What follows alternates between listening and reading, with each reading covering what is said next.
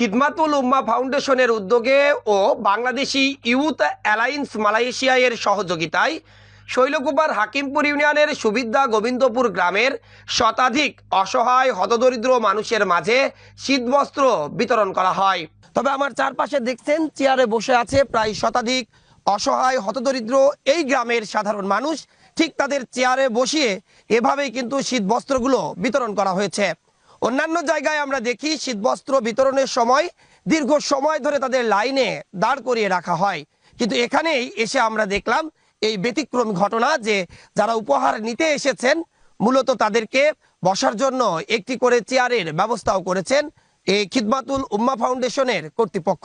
ব্যতিক্রমধর্মী এই শীতবস্ত্র বিতরণ অনুষ্ঠানে খিদমাতুল উম্মাহ ফাউন্ডেশনের চেয়ারম্যান মুফতি আফফান সিয়ামের সভাপতিত্বে বাংলাদেশি ইউথ অ্যালায়েন্স মালয়েশিয়া এর আহ্বায়ক ও খিদমাতুল উম্মাহ ফাউন্ডেশনের আন্তর্জাতিক বিষয়ক সম্পাদক মুশফিক বিন আশরাফের সঞ্চালনায় এ সময় বক্তব্য রাখেন সুবিদ্যা গোবিন্দপুর সরকারি প্রাথমিক বিদ্যালয়ের প্রধান শিক্ষক রিয়াজুল ইসলাম, বিশিষ্ট ব্যবসায়ী ও সমাজসেবক আশরাফুজ্জামান তৌফিক, বিশিষ্ট সমাজসেবক সাইদুল আলম বাদশাহ সহ খিদমাতুল উম্মাহ ফাউন্ডেশনের সর্বস্তরের নেতাকর্মীরা এ সময় বক্তব্য রাখেন।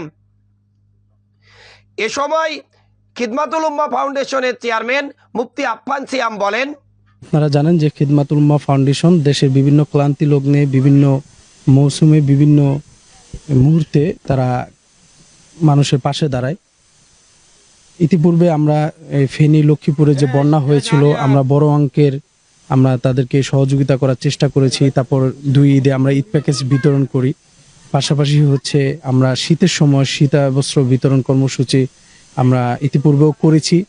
এবার আমরা আমাদের যে ঝিনাইদহ শৈলকুপা থানা গোবিন্দপুরে আমরা ইতিমধ্যে আমরা করতেছি। আপনারা দেখেছেন আমাদের এখানে কম্বল রয়েছে খুব ভালো মানের, পাশাপাশি আমরা চাদরও ব্যবস্থা করেছি।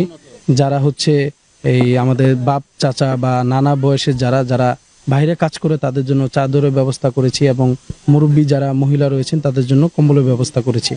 তো আপনারা সবসময় এই খিদমাতুল উম্মাহ ফাউন্ডেশনের পাশে থাকবেন এবং এই খিদমাতুল উম্মাহ ফাউন্ডেশনের জন্য দোয়া করবেন, এবং আমাদের যারা দায়িত্বশীল রয়েছেন, যারা দিনরাত অক্লান্ত পরিশ্রম করে এই খিদমাতুল উম্মাহ ফাউন্ডেশনকে ধরে রেখেছেন, তাদের এই পরিশ্রমে আজকে আমরা খিদমাতুল উম্মাহ ফাউন্ডেশন এত দূর আসতে পেরেছে। তো তাদের সকলের জন্য দোয়া করবেন। মূলত আমার অনেক দিনের ইচ্ছা ছিল নিজের গ্রামের মানুষের জন্য কাজ করা। তো সেই সুবাদে আমরা যেহেতু প্রত্যেক বছর শীতবস্ত্র বিতরণ কর্মসূচি গ্রহণ করি, তো আমরা এবার চাইলাম যে আমরা সেটা এই গ্রামে করতে, সেই জন্য আর কি। ভবিষ্যৎ পরিকল্পনা অনেক বড়। আমাদের ইচ্ছা আছে বাংলাদেশের গণ্ডি পেরিয়ে দেশের বাহিরেও যাওয়ার। আপনারা সকলেই দোয়া করবেন আমরা যেন খিদমাতুল উম্মাহ ফাউন্ডেশন এবং বাংলাদেশ ইউথ অ্যালায়েন্স মালয়েশিয়া একসাথে কাজ করে দেশের জন্য আরো ভালো কিছু করতে পারি। Desk report, eagle TV news.